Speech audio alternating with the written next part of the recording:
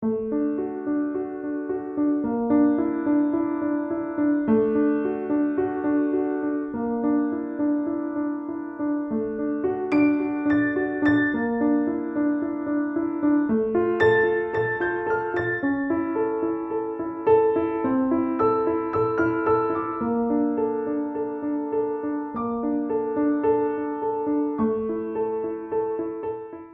are many reports now, actually, of family members saying to other family members, until you can see politics in the same way I see politics, or until you can see these social conditions in the same way I can see them, I don't want anything to do with you.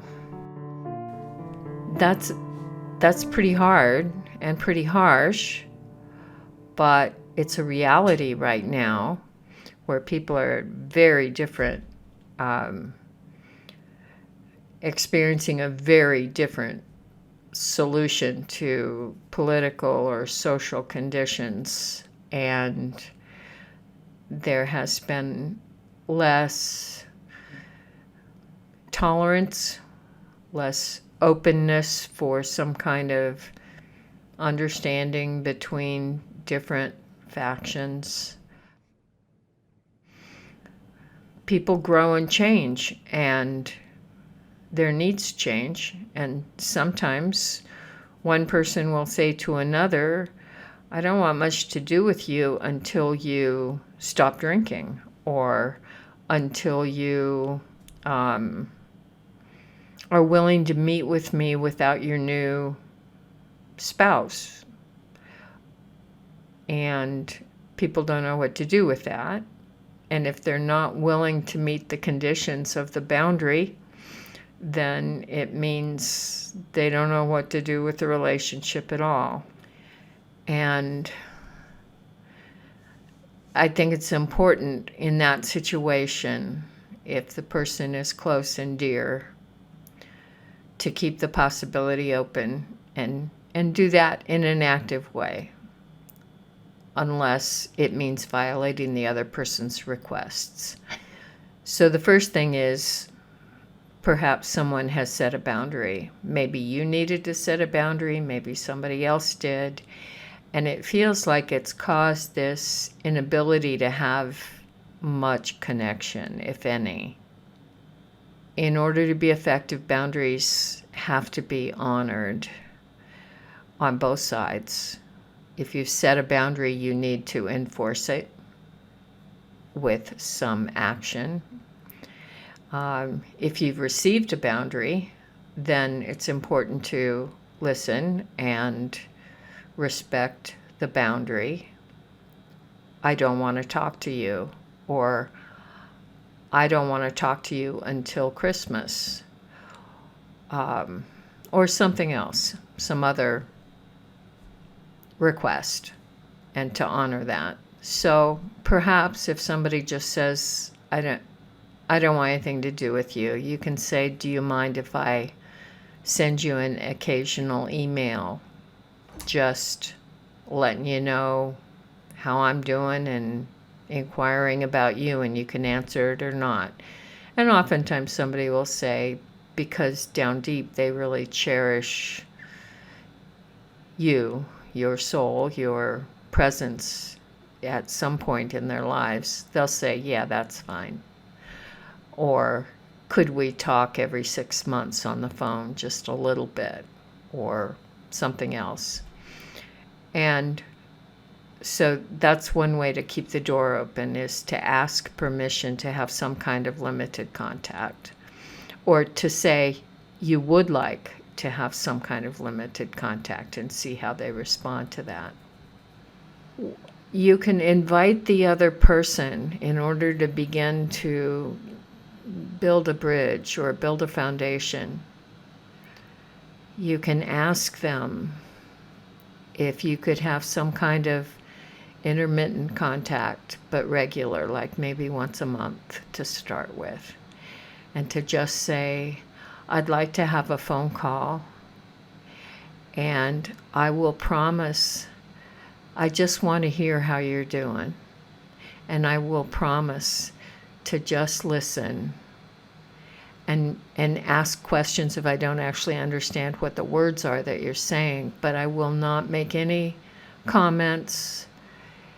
I won't either congratulate you or judge you in any way. I'll just say, so that's how it's going with your business, or that's how it's going with your relationship, without making commentary.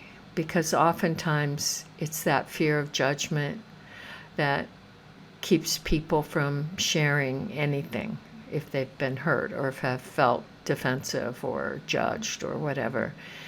And so that's another possibility to keeping the door open, is to just offer listening and saying you just want to hear about them, and that's all. And in that case, it means that you have to sort of it's out of growing yourself. It's not that you're giving your time away for nothing, because maybe that's expanding a capacity in you to stretch without expectation of return. And that's a good thing to do. And that whatever you might want back from that person, while you may want it, you do something called bracketing. You just take your want and set it over there and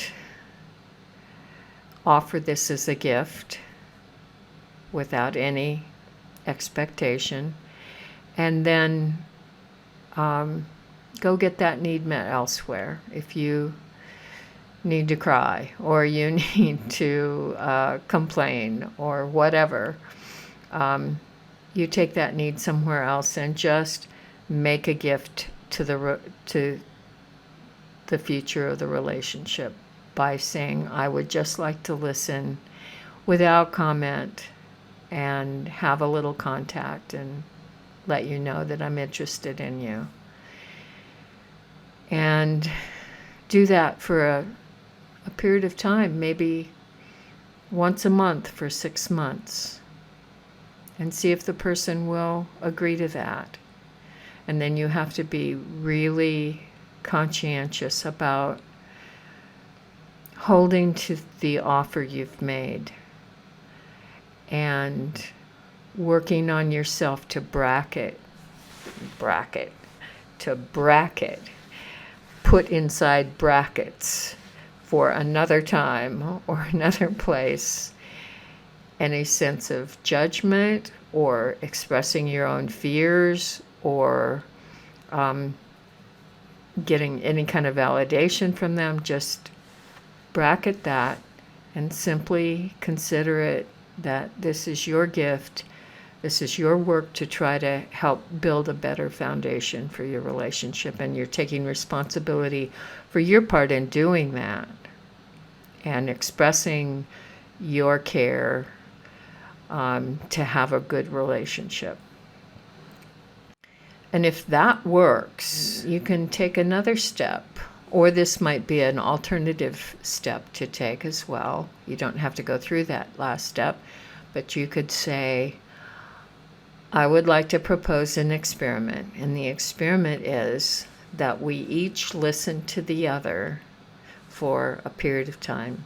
20 minutes is kind of minimum, for half an hour, once a week. So the first week you will speak and I will just listen.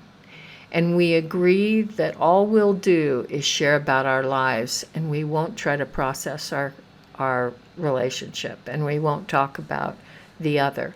We'll just talk about ourselves. And then the next week, and so you get to talk the first week for half an hour about whatever you want to talk about that's going on in your life, and I will listen. And I'll ask questions if I don't understand the words that you've used, what that means. I'll ask for clarification, but I won't make comment. I'll just listen. And then the next week, you can listen to me. And what this does, it's very powerful when people are willing to do it. It helps us drop our projections of our fears or of our resentments towards the other person, and just listen to them as a separate person who is having their own experience right now on the planet that may be radically different from ours, and their concerns may be very different. And we withhold any kind of judgment as much as possible. We at least bracket it. We don't say it. Maybe we write it down and for later do some of our own work. Why does that grab me so deeply? What am I afraid of? What angers me about that? How do I feel discounted? And what do I need to do to heal those unhealed parts of myself that can't offer closer and closer to just unconditional acceptance of the other person? After a period of time, and that might be once a week, back and forth for a few months, or once a month for an hour for 6 months, and just see what happens. See if both people begin to relax, if you begin to are able to cultivate more clarity and separation, so that you're not so identified with who you are to that other person, and instead that you just listen to them as a separate human being. And when that happens, often new possibilities occur, like, oh, I've been the mother, or I've been the daughter, or I've been the sister, the younger sister, or the older sister. For so long, I've forgotten how to just see this other person, not as in that relationship, but just as a human being who's been growing and having experiences and having great experiences and horrible experiences that I don't know anything about. And so it really helps to bring people more into the present. Who are you right now? And who am I? And how have you changed? And how have I changed? And it opens up new possibilities for connection that we might not never have realized were possible. You could also change the format of communication definitely from text. I think text, except for communicating about specific little things like, when are we going to have lunch, or I'm running late, has such potential to cause so much damage in relationships. It's the worst if you're in a tender, tenuous relationship, because it goes back and forth so fast, and so much can be projected on a small interaction.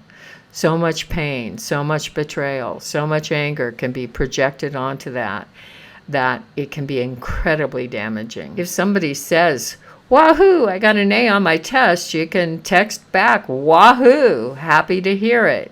And that's not going to damage anything, probably.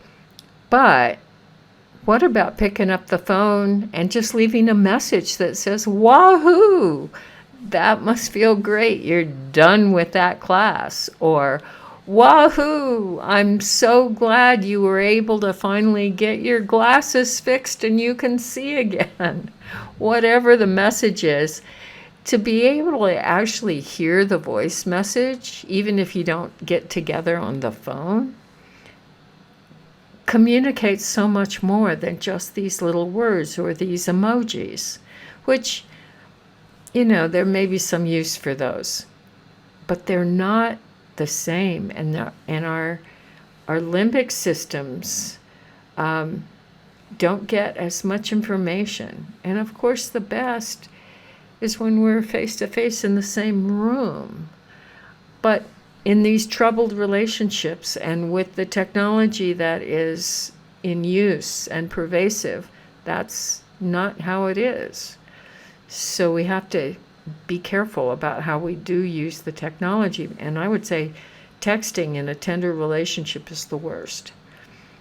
Email is better, simply because you can edit and you don't have as quick a reaction. It slows everything down.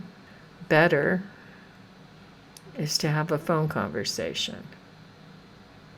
And somewhere in there, that's a lost art, is writing a handwritten note, which conveys something because of the effort that's put into that. It's not easy to write a handwritten note.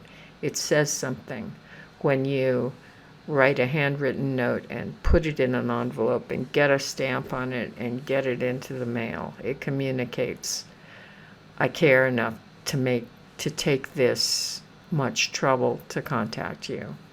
So that can be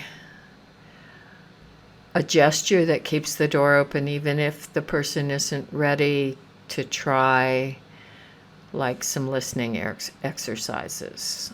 Or if you're not ready, you may not be ready for that either, but you don't want to close the door. Again, I would say, looking back at the boundaries video, looking at it and seeing how do I need to set up boundaries in this relationship so that I don't get lost or hurt or whatever, but keep the door open. And that's all tricky business. Keeping the door open. Good luck. It's hard. Working out hard relationships is hard work, but often incredibly meaningful work. And doing one's own part, taking responsibility for one's own part, and stepping out of blame can be really important to see how you've played a part in things.